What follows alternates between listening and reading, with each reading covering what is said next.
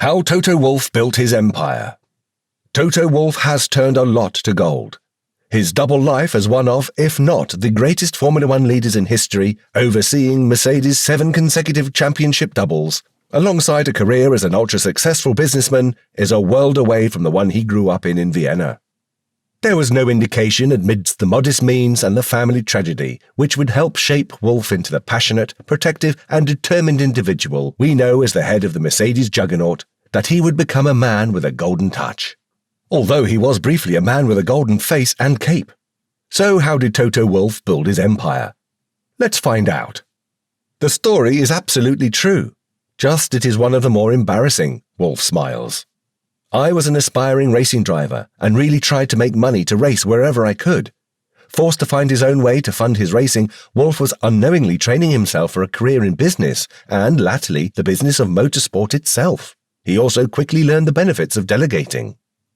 When Formula One champion Lewis Hamilton crosses the finish line, the cameras typically pan to Toto Wolff, cheering behind the scenes at Mercedes' mission control on the pit wall.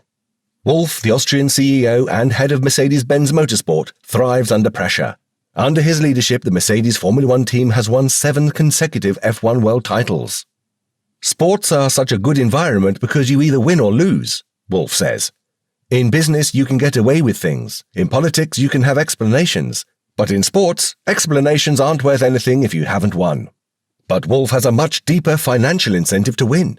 He's the principal of the team, of which he owns a 33% stake. It's his racing, investing and entrepreneurial acumen that has made Wolff so successful. At this point in his career, his estimated net worth hovers around $602 million. I don't see myself at this stage of my life as somebody that has been successful and achieved his targets. It's half-time in an entrepreneurial life, Wolff says. Hopefully, if I'm healthy, I can go on for another 30 or 40 years. Wolff credits the trauma and hardships of his upbringing for the ambition he has today. When he was 8 years old, his father was diagnosed with brain cancer, which ended up being a 10-year battle. His parents divorced shortly after his diagnosis, and his father died when Wolff turned 18. Our life wasn't the easiest one because I lost my father very early on, and there was the constant battle for financial survival, he says. Because my upbringing was in a difficult financial environment, I had additional motivation to make it. Wolff had a short-lived racing career in the Austrian Formula Ford, but it ended after a few years when in 1994 his main sponsors pulled out of racing completely. Wolff decided to shift his focus from racing to the business of racing, and he enrolled in the Vienna University of Economics. From there, he dropped out to take an internship at an investment bank in Warsaw. After a few years in banking, Wolff took a sabbatical in the United States. He landed in San Francisco in the late 1990s just as the dot-com bubble was heating up. He co-founded his own investment firm called March 15 in order to back early-stage startups. It became one of the first tech-focused venture capital firms in Europe, and it grew to have offices in several cities. His timing was spectacular, so were his investing skills. He invested in several high-profile deals, which included Austrian content delivery software provider UCP, which was eventually sold at a valuation of $275 million.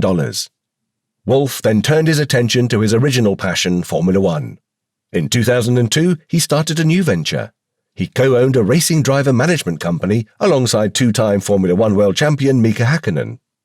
After purchasing a 30% stake of Mercedes-Benz Grand Prix in January 2013, Wolff became managing partner. Later that year, he was announced as the head of Mercedes-Benz Motorsport. He went on to become the head of the entire Mercedes-Benz Motorsport program, from Formula One to DTM, sports cars and the Formula 3 engine program.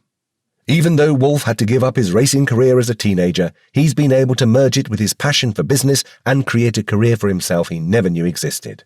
What he never does is take risks. I try to create a worst-case scenario, and if I can cope with that scenario, I launch myself into the project. Characterizing himself as a half-empty glass kind of guy, Toto is convinced that in order to succeed, you should never feel too comfortable, because the moment you think it's easy is the moment you're going to fail. What do you think of this whole situation? Let us know your opinion in the comments. And while you're down there, leave a like and subscribe to our channel, and we'll see you in the next video.